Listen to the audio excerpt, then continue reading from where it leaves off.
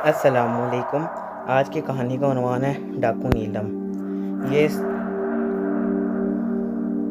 اس کہانی کا پہلا حصہ، اگر آپ کو ویڈیو اچھی لگی تو اس ویڈیو کو لائک کر دیں اور ہمارے چینل کو بھی سبسکرائب کر دیں۔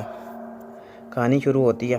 کرشن نگر ویسے تو چھوٹا سا شہر تھا، لیکن اس کی چھوٹی چھوٹی خوبصورت پہاڑیاں، میٹھے پانی کے جھرنے اور جھیلیں، ناگن کی طرح بل کھاتی ہوئی سب رفتار ندی، دوسرے شہروں کے لوگ لہلاتے کھیت، حسین اور پرفضا باغات اور دوسرے قدرتی مناظر، کچھ ایسی خوبیاں تھیں کہ دوسرے شہروں کے لوگ بھی یہاں کھینچے چلے آتے تھے۔ موسم بہار میں جب بھی قدرت کی فضائیاں جو پر ہوتی تھی تو اس کی رنگینیوں میں اور بھی اضافہ ہو جاتا تھا۔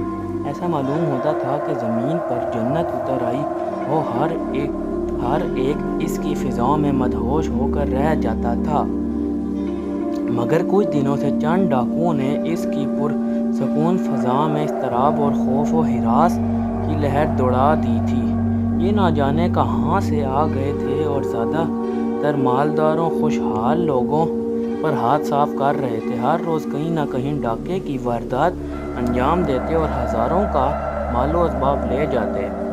پولیس نے بہت کوشش کی کہ کسی طرح وہ ہاتھ آ جائیں، مگر ساری ناکہ بندی دھری کی دھری رہ جاتی اور وہ صاف بچ کر نکل جاتے۔ فوجیوں نے بھی ان کا سراغ لگانے کی بہت کوشش کی، مگر سب کچھ بے سوچ ثابت ہوا۔ ان کی ڈاکہ زنی کا طریقہ کچھ ایسا ہوتا تھا کہ تمام پولیس والے دیکھتے رہ جاتے اور وہ کامیاب ہو کر رفو چکر ہو جاتے تھے۔ ایک دن صبح لوگوں نے جگہ جگہ دیواروں پر اس مضمون کا اشتہار چھپا ہوا دیکھا تھا: آج کی رات کرشن نگر کے لیے حیرت انگیز ثابت ہوگی، کیونکہ ہم راجا کے شاہی خزانے کو لوٹنے کا ارادہ رکھتے ہیں۔ اگر اس کی حفاظت کرنا چاہتے ہو تو بندوبست کر لو، ورنہ بعد میں پچھتانا پڑے گا۔ ہم ہر حال میں اس کام کو سر انجام دیں گے۔ ڈاکوؤں کا سردار نیلم۔ یہ اشتہار ڈاکوؤں کے سردار نیلم نے لگوایا تھا۔ سب لوگ اشتہار دیکھ کر گھبرا گئے، کیونکہ ان کا راجا پرتاپ سنگھ رعایا پروری اور انصاف پسندی میں دور دور تک مشہور تھا۔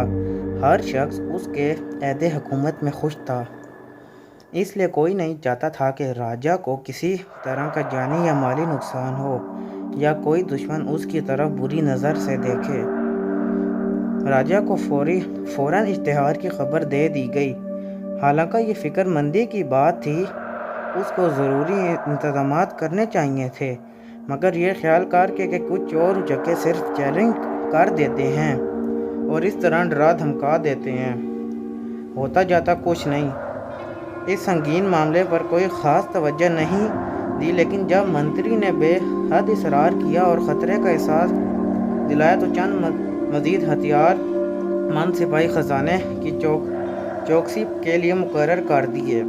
مگر دوسری صبح بادشاہ کے ہوش اڑ گئے جب منتری نے آ کر یہ خبر سنائی: حضور، خزانے کے تمام سپاہی بے ہوش اور ہاتھ پیر بندھے ہوئے پائے گئے اور خزانے میں سے بہت سا سامان چوری کر لیا گیا ہے۔ یہ تو بہت برا ہوا۔ راجا فکر مند لہجے سے بولا: میں نے حضور سے پہلے ہی عرض کر دیا تھا کہ لٹیرے خطرناک ثابت ہو سکتے ہیں اور ہمیں نقصان پہنچا سکتے ہیں۔ منتری نے جواب دیا: یہ ہماری لاپرواہی تھی، اس میں تمہارا کوئی قصور نہیں۔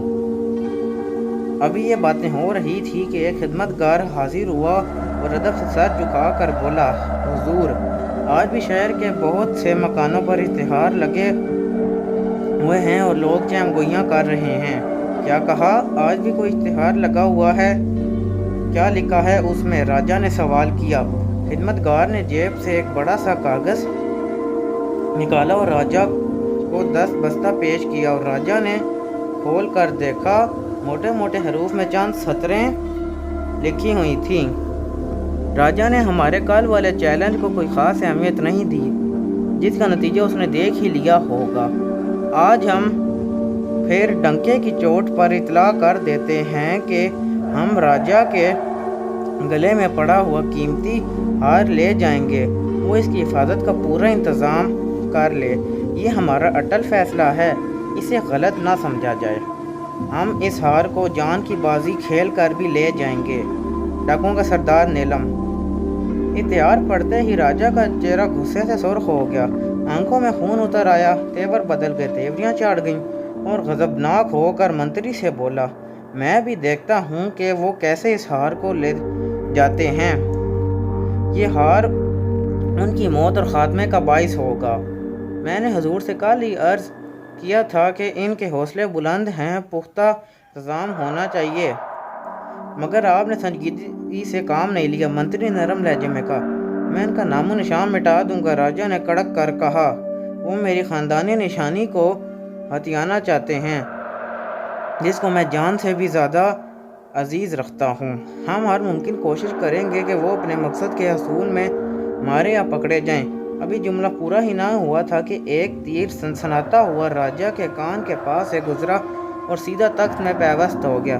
راجہ نے گھبراتے ہوئے تیر نکالا، اس کی نوک میں ایک کاغذ کا ٹکڑا لگا ہوا تھا، جس میں لکھا تھا، راجہ صاحب دیکھ لیا آپ نے میرا نشانہ، اگر میں چاہتا تو یہی تیر تمہیں موت کے گھاٹ اتار دیتا، مگر میں صرف گلے کا ہار لینا چاہتا ہوں، کسی کا گلا کاٹنا نہیں چاہتا۔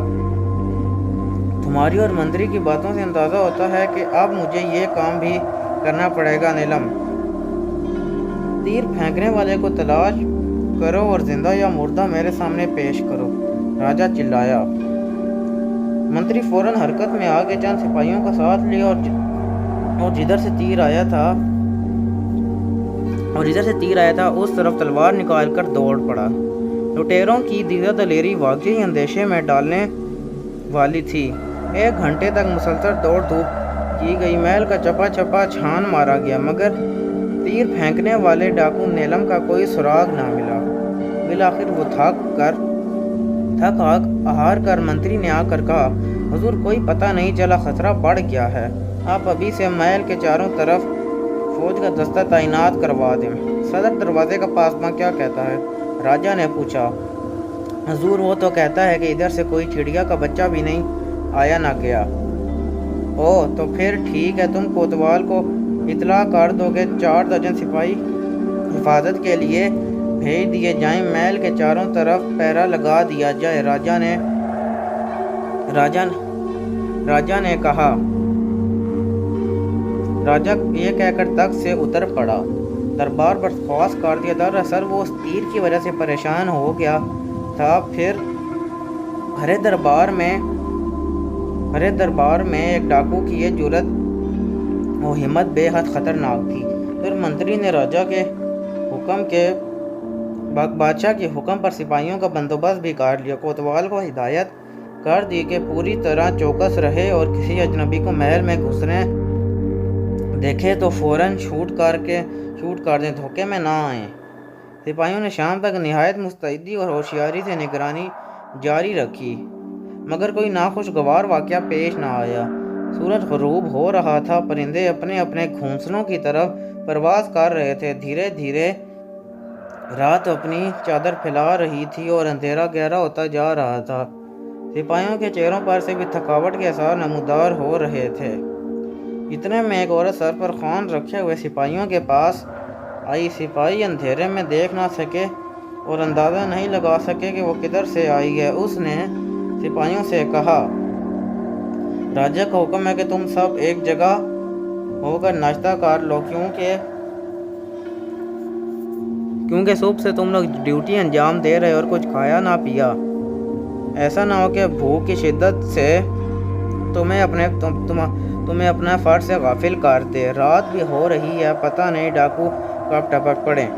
مگر تم راجہ کی کون ہو؟ ایک سپاہی نے عورت کو شبہ کی نظر سے دیکھتے ہوئے کہا، خادمہ ہوں۔